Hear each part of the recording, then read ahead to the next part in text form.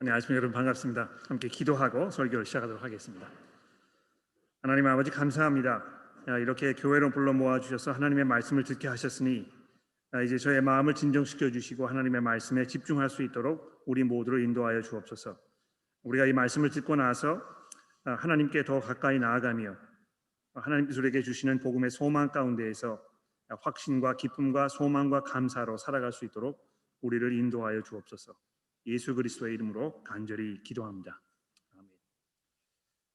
자녀가 태어나고 건강하게 자라서 자신의 삶을 책임질 줄 아는 성인으로 성숙해 가는 것, 이것을 보는 것이 부모에게는 가장 기쁘고 또 큰 영광이요 축복이라고 얘기할 수 있을 것입니다. 반면에 아이가 몸과 마음에서 성장이 더디어서 같은 또래의 다른 친구들보다 뒤처지고 있다면 그것은 정말 부모로서 감당하기 어려운 그런 가장 가슴 아프고 고통스러운 그런 일일 것입니다. 그리스도인으로 살아가는 데 있어서도 반륙이 부진한 경우를 우리가 종종 보게 되는 것입니다. 복음과 동떨어진 말과 행동 속에서 살아가고 있다든지, 또 이 세상 사람들이 품고 있는 욕심이나 허황된 꿈을 똑같이 가지고 있다든지, 또 하나님의 뜻과 마음을 잘 이해하지 못하고 하나님을 아는 일에 성장하지 못해서 지난 10년 동안 가지고 있던 질문이 아직도 해결되지 못하고 제자리를 맴돌고 있는 그런 안타까운 경우를 우리가 종종 목격하게 되는 것입니다. 이와 같이 이 신앙의 어떤 그 발육부진 현상을 목격하는 것도 굉장히 안타까운 일입니다만, 발육부진을 안타까워하지 아니하고 심지어 이것을 당연시하거나 또 대수롭지 않게 여기는 이런 안일함을 보는 것도 역시 몹시 안타까운 일이 아닐 수 없습니다. 종종 신앙생활을 자전거를 타는 것과 이렇게 비교하는 경우를 우리가 종종 듣게 되는데요. 물론 이 페달을 밟지 않고 제자리에 넘어지지 않으면서 이 서 있는 그런 재주를 부리는 분들이 종종 있기는 합니다만, 일반적으로 자전거는 앞으로 전진하지 않으면 넘어질 수밖에 없게 되어 있습니다. 이 그리스도인의 삶도 그와 별반 다르지 않은데요. 이 성장이 멈추고 제자리에서 정체된 상태가 오래 유지되면 신앙이 퇴보하는 것이 아니고 실족하여 넘어지게 될 수밖에 없음을 우리가 감안한다면 이 성숙으로 나아가지 않는 신앙생활을 하고 있는 것이 정말 심각한 그런 일이 아닐 수 없다는 것입니다. 그래서 오늘 우리가 이 고린도전서의 말씀을 들으면서 우리 자신의 모습을 좀 뒤돌아보는 그런 그 시간을 가지면서 우리가 어떻게 전진할 것인가, 어떻게 신앙의 성숙을 향하여 나아갈 것인가, 이런 것들을 좀 돌아보게 되기를 바랍니다. 이 고린도전서 1장 10절부터 사도 바울이 이 고린도 교회 내에 발생한 이 분쟁의 문제를 다루고 있습니다. 경우에 따라서는 분쟁이 일어나는 것이 필수적이고 다행인 이런 경우도 없지 않아 있습니다. 다시 말씀드릴까요? 경우에 따라서는 교회 안에서 분쟁이 일어나거나 또 분열이 일어나는 것이 필수적이고 다행스러운 일이 아닐 수밖에 없는 그런 경우도 있다는 것입니다. 교회 안에 거짓 가르침이 들어와서 교우들의 마음과 생각을 혼잡하게 하는 일이 발생하였다면 당연히 누군가 일어나서 그것을 지적하고 복음에 합당하지 못한 일을 시정할 수 있도록 요구하는 것이 너무너무 당연한 일 아니겠습니까? 여러분 나중에 우리가 이제 고린도전서 뒷부분을 볼 때 살펴보게 되겠습니다만, 이 11장 19절 같은 곳에 넘어가게 되면 실제로 사도 바울이 이렇게 얘기합니다. 너희 중에 파당이 있어야 너희 중에 옳다 인정받는 자들이 나타나게 될 것이다. 그러니까 이 성찬식 하는 문제 이런 것에 대해서 이제 이야기하고 있는데, 잘못된 것이 있었을 때 그것을 드러내지 아니하면 교회가 이렇게 연합하는 것처럼 보일 수 있을지 모르지만 이것이 교회의 치명적인 그런 결과를 초래할 수 있다는 것을 이야기하면서 종종 분쟁이 필요하다 이렇게 이야기합니다. 그러나 이 고린도 교회 안에 지금 발생한 이 분쟁은 그런 경우와는 매우 다른, 이 서로 키재기를 하면서 누가 더 우월한가를 따지려는 그런 분쟁이었다는 것입니다. 그래서 이것이 얼마나 어처구니 없는 상황이었는지 이런 거 우리가 돌아보게 되는데요. 사실 이 고린도 교회의 이런 모습을 보면서 우리가 코웃음을 칠 수 있을지 모르겠습니다만, 이러한 상황이 현대 교회 안에서도 심지어는 우리 안에서도 종종 발생할 수 있다는 것을 우리가 인정하지 않으면 안 될 것입니다. 누가 더 옳은가, 누가의 생각이 맞는가, 누가 더 성숙한가, 누가 더 성경을 많이 알고 있는가, 누가 교회에 대해서 더 깊은 이해를 하고 있는가, 이런 것들의 문제가 세워지기 그룹을 모여서 성경을 공부할 때 여실히 드러나는 이런 경우를 종종 보게 되는 것입니다. 심지어는 사역을 준비하면서 계획하는 이런 운영위원회라든지 목회팀에서조차 이 회의를 할 때 자기의 생각과 주장이 앞서면서 마찰이 생기고 분열이 일어날 그런 조짐이 얼마든지 있는 것입니다. 이러한 문제는 우리가 좀 더 깊이 생각해 보면 나라는 존재를 내세우고 내 자신을 너무 중요시 여기는, 즉 이 그리스도를 따르기 위해서는 자기를 부인하고 십자가를 지고 그리스도를 따라가야 하는 이러한 것인데, 이런 복음의 진리에 정반대되는 자기를 드러내는 앞세우려는 이런 죄악된 성향을 버리지 못한 데서 벌어지는 이런 문제인 것입니다. 그렇지 않습니까? 그래서 사도 바울이 이 교회의 분열의 문제를 다루면서 무엇을 이야기하고 있는 것입니까? 이 하나님의 지혜인 복음에 대하여 말씀하면서 이 십자가의 도에 대해서 지금 우리에게 계속하여 다루고 있는 것입니다. 여러분, 십자가의 도에 대해서 사도 바울이 뭐라고 이야기하였습니까? 지난주 본문 말씀이었던 그 2장 4절 말씀에 보시면 내 말과 전도함이 설득력에 있는 지혜의 말로 하지 아니하고 다만 성령의 나타나심과 능력으로 하여 너희 믿음이 사랑의 지혜에 있지 아니하고 다만 하나님의 능력에 있게 하려 하였노라, 이렇게 하면서 어떤 그 세상의 지혜와는 정반대된 이런 그 하나님의 지혜에 대해서 사도 바울이 지금 말씀하고 있습니다. 그러면서 거기에 비해서 사도 바울이 지금 이 교회의 문제를 다루면서 이 복음으로 돌아가기 위하여 이 하나님의 지혜에 대해서 지금 말씀하고 있는데요. 6절 말씀, 이제 본문 말씀에 보시면 우리가 온전한 자들 중에서는 지혜를 말하노니 이 지혜는 세상의 지혜가 아니요 또 세상에서 없어질 통치자들의 지혜도 아니요 오직 은밀한 가운데 있는 하나님의 지혜를 말하는 것으로 감추어져 있던 것인데 하나님이 우리의 영광을 위하여 만세 전에 미리 정하신 것이라. 여러분, 그 사도 바울이 지금 여기 이야기하고 있는 이 지혜가 뭘 말하는 것입니까? 이 복음을 말하는 것이지 않습니까? 그렇죠? 사도 바울이 계속해서 내가 복음 이외에 십자가에 못 박힌 그리스도 이외에는 내가 알기로 작정하지 아니하였다. 내가 계속해서 이 그리스도의 십자가를 내가 증거하는 것이다, 이렇게 이야기하면서 바로 그 안에 하나님의 지혜가 담겨 있다고 이렇게 말씀하고 있는데요. 이것이 어떻게 지혜인가? 이것이 도대체 우리 삶 속에 어떤 그 도움을 주는가? 우리가 이것을 알므로 인하여 우리의 삶이 어떻게 윤택하여지고 우리가 좀 더 하나님 앞에 가까이 나아가게 되는 이런 그 은혜를 누릴 수 있는가? 이런 걸 우리가 잘 한번 생각해 봐야 되겠죠. 아무리 똑똑한 사람, 많은 것을 배우고 학식이 많이 있는 분, 삶의 경험이 많이 있으신 분들, 인생을 많이 경험하여 많은 지혜를 축적한 것처럼 보이는 이러한 분들이 오히려 복음을 잘 이해하지 못하고 그 복음을 들었을 때 거기에 대해서 적대적인 반응을 보이거나 코웃음을 치거나 이런 경우를 우리가 종종 보게 되지 않습니까? 왜 그럴 수밖에 없는 것입니까? 이 복음이라는 것이요, 기본적으로 우리 인간이 가지고 있는 생각과 정반대되는, 우리가 인간적으로 생각하였을 때는 도무지 받아들일 수도 없고 이해되지도 아니하고 우리에게 용납되지도 않는 이러한 이 어떤 그 인류적인 이런 내용을 갖고 있다는 것입니다. 그래서 여기 그 사도 바울이 오늘 본문 말씀에 이 하나님의 지혜인 복음에 대하여 말하면서 이것이 오래 은밀한 가운데 감추어져 있었다, 이렇게 이야기하지 않습니까? 7절 말씀에 있는 말씀인데요. 어떤 면에서 감추어져 있었던 것입니까? 하나님께서 의도적으로 사람들이 사람의 지혜와 힘과 능력으로는 이거를 풀어서 이해하고 받아들일 수 없도록 하나님께서 그 길을 막아 놓으셨다고 제가 지난주에 설교를 통해서 말씀을 드렸습니다. 사람들이 이것을 알고 있었다면 이 8절 말씀에 있는 대로 이 세대 사람들이 이 예수 그리스도를, 영광의 주이신 그분을 십자가에 못 박는 이런 어처구니 없는 일을 저지르지 못했을 것입니다. 바로 그러한 그 보잘것없는 또는 초라한 참 어처구니 없는 그런 그리스도의 모습 속에 하나님의 능력과 하나님의 은혜와 하나님의 지혜가 온전히 충만하게 담겨 있다는 이 성경의 진리가 도무지 이해가 되지 않는 것입니다.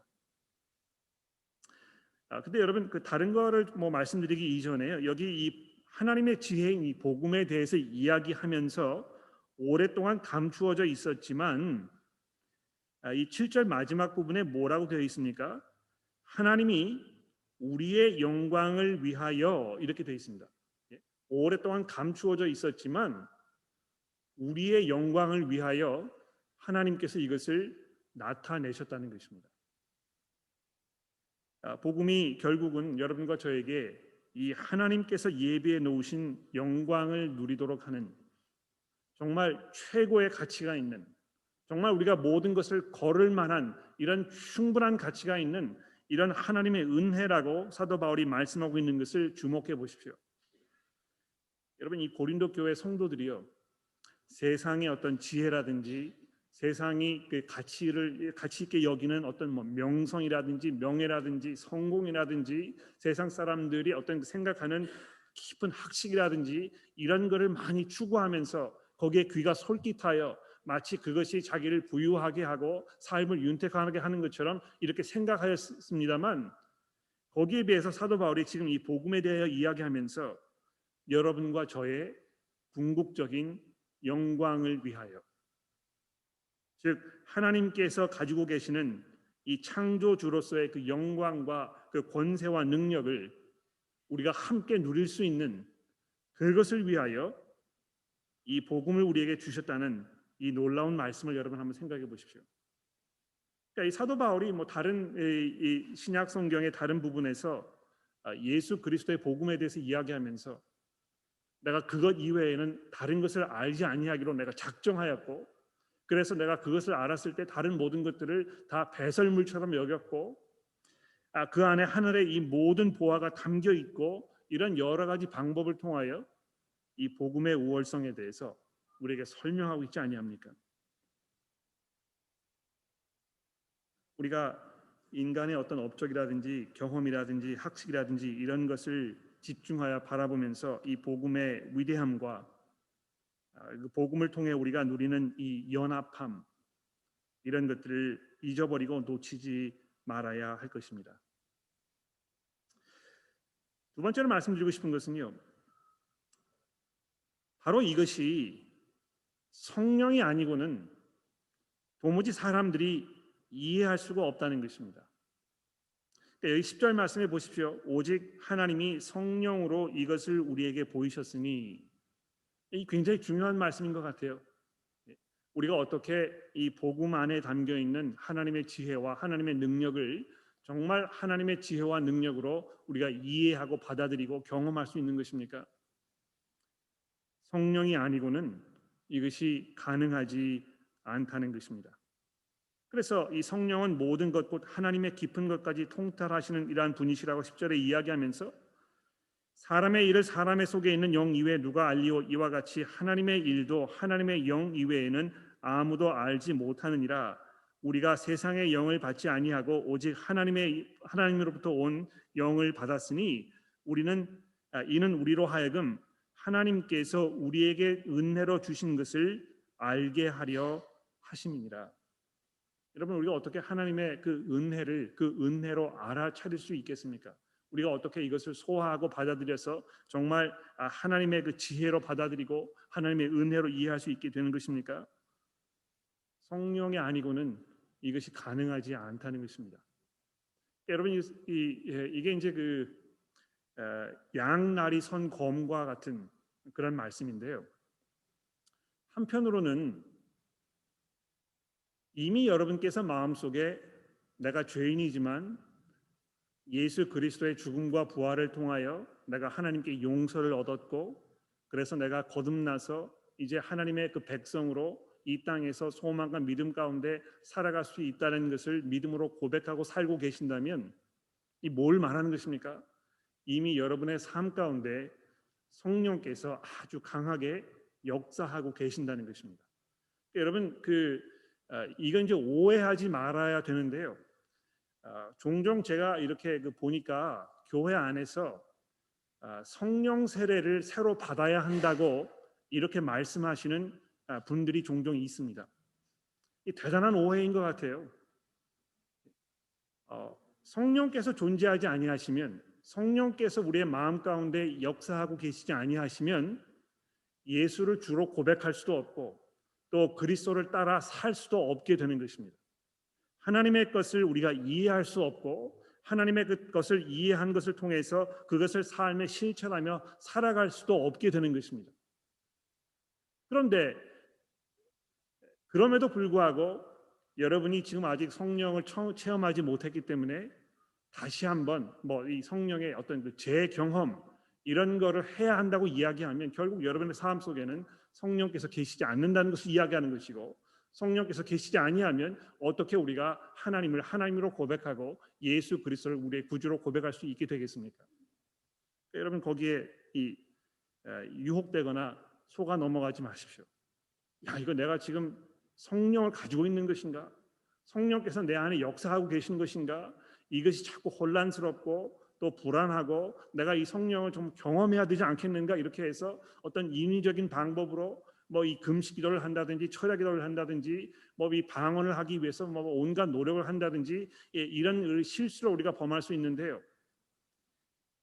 여러분이 복음을 이해하고 그리스도 안에 살고 있으면, 즉 예수 그리스도께서 내 삶의 구주이시라는 것을 우리가 믿음으로 고백할 수 있으면 성령께서 이미 여러분의 삶 가운데 아주 강하게 역사하고 계신다는 것입니다. 그래서 계속해서 이 13절에 보십시오. 우리가 이것을 말하거니와 사람의 지혜가 가르친 말로 하지 아니하고 오직 성령께서 가르치신 것으로 하니 영적인 일은 영적인 것으로 분별하느니라. 이제 번역이 약간 혼란스러울 수 있겠는데요. 아마 이 영적인 일은 영적인 사람들에게 이렇게 이해된다, 아마 그런 뜻을 지금 13절에 말하고 있는 것 같습니다. 자, 그리고 나서 이제 중요한 부분이 등장하는데 14절에 보시면 육에 속한 사람은 하나님의 성령의 일을 받지 아니하나니 이는 그것들이 그에게 어리석게 보이며 또 그는 그것을 알 수도 없나니 이러한 일은 영적으로 분별되기 때문이라. 이렇게 하면서 여기 육에 속한 사람에 대하여 지금 14절에 말씀하고 있습니다. 여러분 여기 육에 속한 사람이라고 말하는 이 14절에 있는 이 사람은요, 성령이 있지 아니한 사람을 말하는 것입니다. 여러분이 여러분의 삶 가운데에서 거듭남이 없고 그래서 예수 그리스도를 주로 고백하지 못하고 이렇게 하면 여러분은 육에 속한 사람인 것입니다. 육에 속해 있으면 뭐라고 되어 있습니까? 성령의 일을 받지 아니하며 그것들이 그에게 어리석게 보이며 그것을 알 수도 없나니 이러한 것은 영적으로 분별되기 때문이라. 즉 믿지 않는, 구원받지 못한 이 세상 사람들과 똑같은 이런 상황에 있는 것을 말하는 것입니다. 그러니까 여러분 이 성경을 읽으시면서 이거 나를 지금 얘기하는 것 같아, 이렇게 읽고 계시면 여러분 생각을 좀 바꾸십시오. 여러분에 대한 이야기가 아니고 예수 그리스도를 구주로 고백하지 못하는 그 사람들을 말하고 있는 것입니다. 반면에 이 15절에 보시면 여기 이제 신령한 자라 이렇게 되어 있는데요. 신령한 자는 모든 것을 판단하나 자기는 아무에게 판단을 받지 아니하느니라. 누가 주의 마음을 알아서 주를 가르치겠느냐? 그러나 우리가 그리스도의 마음을 가졌느니라. 여러분 이 신령한 사람이라는 것은요, 여기 지금 이야기하는 대로 그리스도의 마음을 가지고 있는 사람입니다. 이거 나는 그리스도의 마음을 내가 가졌는지 안 가졌는지 잘 모르겠다. 그런 어떤 불안감이 있으시거나 또 혼란이 있으시면 아주 간단하게 스스로에게 질문해 보십시오. 예수 그리스도께서 나의 구주이신가? 내가 그분을 나의 구주로 고백하고 내가 그분을 위하여 살겠다는 이런 마음의 의지가 있는가? 내가 그것을 잘하든지 잘하지 못하든지 이거를 떠나서 내가 그분을 구주로 고백할 수 있고 또 그래서 그분을 구주로 섬기고 싶어하는 마음이 있다면 이미 여러분은 신령한 사람인 것입니다. 여기 이 신령하다는 말은요, 영적인 사람이라는 걸 말하는 것입니다. 어떻게 영적인 사람이 될 수 있습니까? 성령께서 여러분의 마음 가운데 일하고 계시면 영적인 사람인 것입니다. 여기 영적인 사람, 성령께서 마음속에 일하고 계시는 사람이라는 것은 뭐 어떤 그 신비한 체험을 하거나 그래서 뭐 방언이 쏟아지고 미래를 예언할 수 있고 어떤 그 큰 은사를 베풀 수 있는 이런 그 특별한 종류의 특별한 사람을 말하는 것이 아니고요. 모든 성도들이 성령을 가지고 있고 그리하여 그들이 바로 신령한 사람이라는 것을 말하고 있다는 것입니다. 그래서 사도 바울이 지금 이 고린도전서 1장과 2장의 이 전체적인 내용을 이야기하면서 뭐라고 이야기합니까? 내가 이 신령한 사람들에게는 이 온전한 사람들에게 내가 지혜를 얘기한다 이렇게 이야기하면서 이 고린도 교회 성도들에게 말하고 있지 않습니까? 제가 여러분들에게 복음을 이야기하고 그 복음이 여러분들의 삶 속에 어떤 의미를 가져야 하며 또 이것이 어떻게 삶 속에서 실천돼야 하는지를 제가 여러분들에게 설명할 수 있는 것은 성령께서 여러분의 삶 가운데 일하고 계시기 때문에 여러분이 그것을 들으셨을 때 이것이 옳다는 것을 이해할 수 있는 분이라고 내가 확신하기 때문에 내가 지금 이렇게 이야기하고 있는 것입니다. 사도 바울이 그렇게 말씀하고 있다는 것입니다. 자, 근데 보십시오. 고린도전서 맨 앞부분에 보시면 하나님께서 고린도 교회 성도들에게 베푸신 그 놀라운 은혜에 대해서 이야기하면서 여러분들이 모든 은사를 풍성하게 가지고 있고 부족한 것이 없습니다.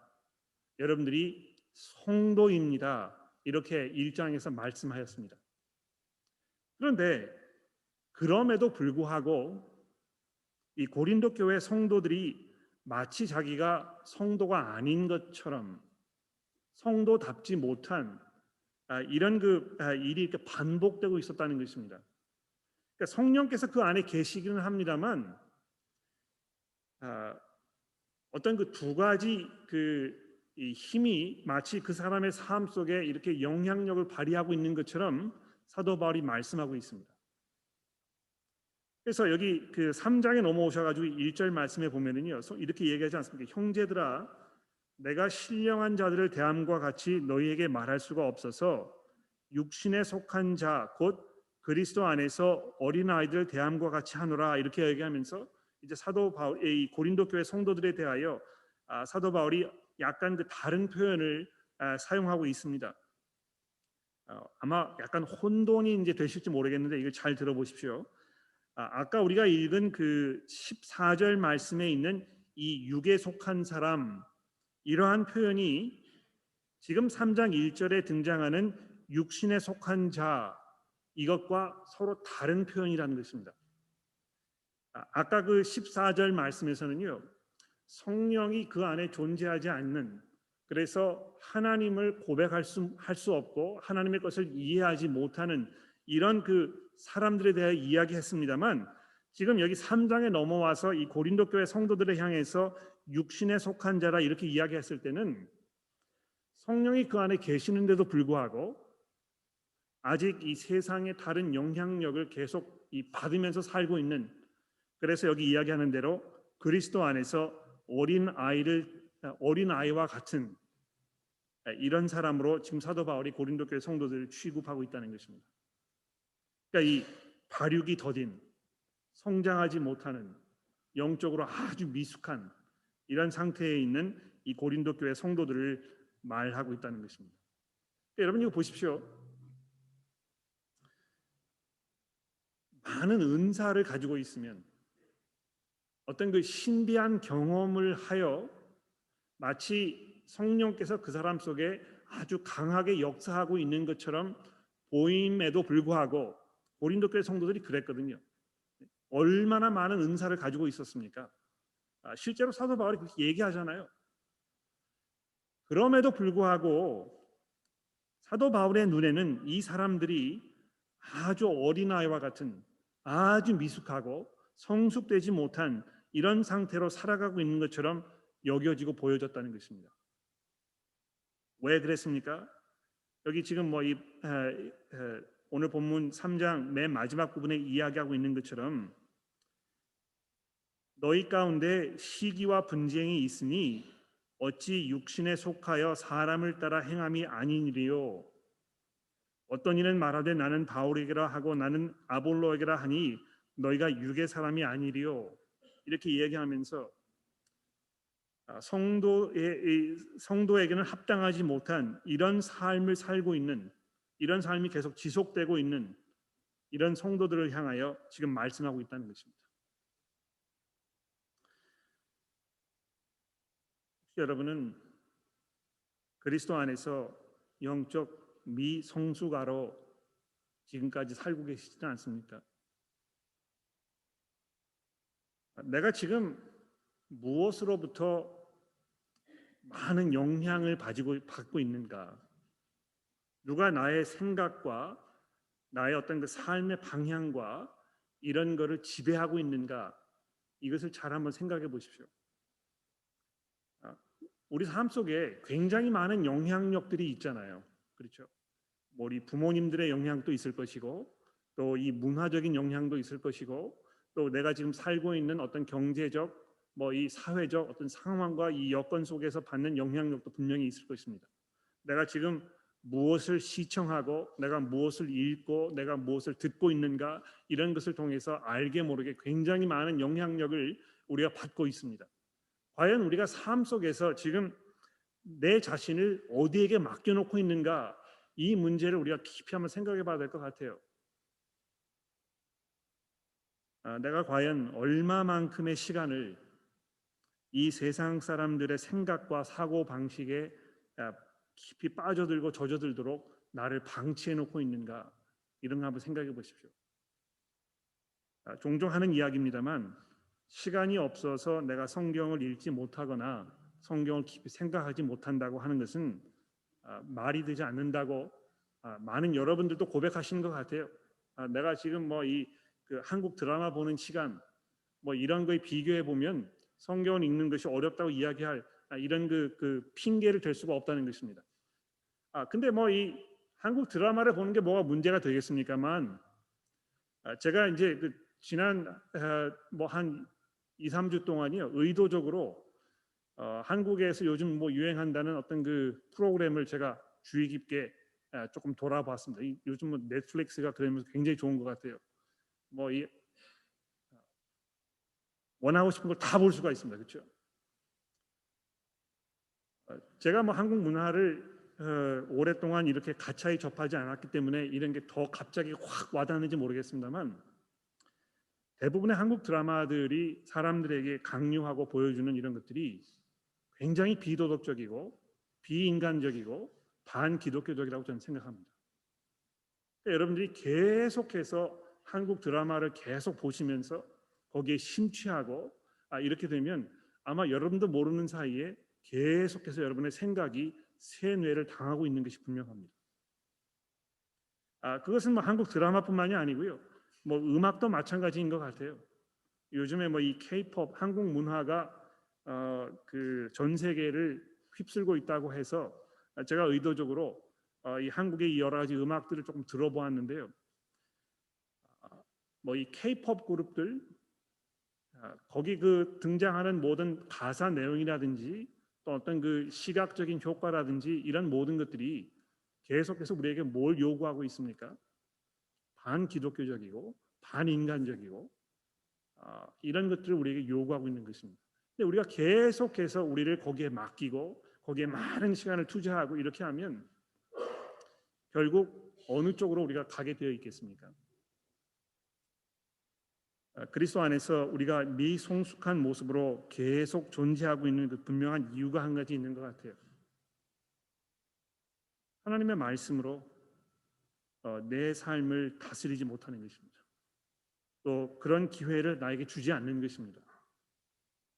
삶이 바빠서 그랬든지 간에 또는 다른 그것이 그렇게 나에게 매력적으로 다가오지 않기 때문에 그렇든지, 또는 그리스도를 온전히 구주로 고백하는 삶이 나에게 너무 많은 희생과 수고를 요구하는 이런 삶이기 때문에 거기에 대한 기본적인 거부감이 있어서 그런 것인지 다양한 이유가 있겠습니다만, 내 스스로를 이 그리스도의 이 권세 아래, 그분의 다스림과 영향력 아래 자꾸 맡기고 거기에 내 삶을 내어놓지 아니하면 결국은 우리가 이 고린도 교회 성도들처럼 성령 안에 있는데도 불구하고 그 성령의 것을 누리지 못하고 그저 세상에 계속 끌려가는 이런 안타까운 상황을 반복하게 될 수 있을지 모르겠습니다. 여러분 그리스도께서 여러분의 삶의 구주시라고 고백하고 계십니까? 그렇다면 이미 여러분들은 신령한 사람들입니다. 성령의 것을 충분히 이미 여러분 삶 속에 누리고 있는 분들이라는 것입니다. 그러므로 거기에 합당하게 거기에 걸맞게 살아가십시오. 계속해서 이 말씀으로 우리의 삶을 다스릴 수 있게 되고 또 그 말씀을 통하여 우리의 삶이 변화되는 이런 삶을 꾸준히 살아가게 되기를 바랍니다. 교회 안에 모였을 때 우리가 이 하나님의 것을 이야기하고 서로에게 이 성령의 영향력을 미치는 이런 성도들이 돼야 되지 않겠습니까?